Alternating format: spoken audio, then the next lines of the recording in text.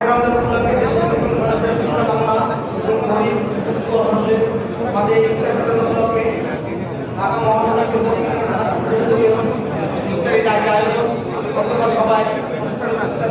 কৃষিদের মহম্মদ কৃষিদের নেতা শামীম ভাই এবং তাদের সদস্য হবে আহ্বায়ক হারুন ভাই। কথা বলার সময় নেই, একটি কথা বলবো।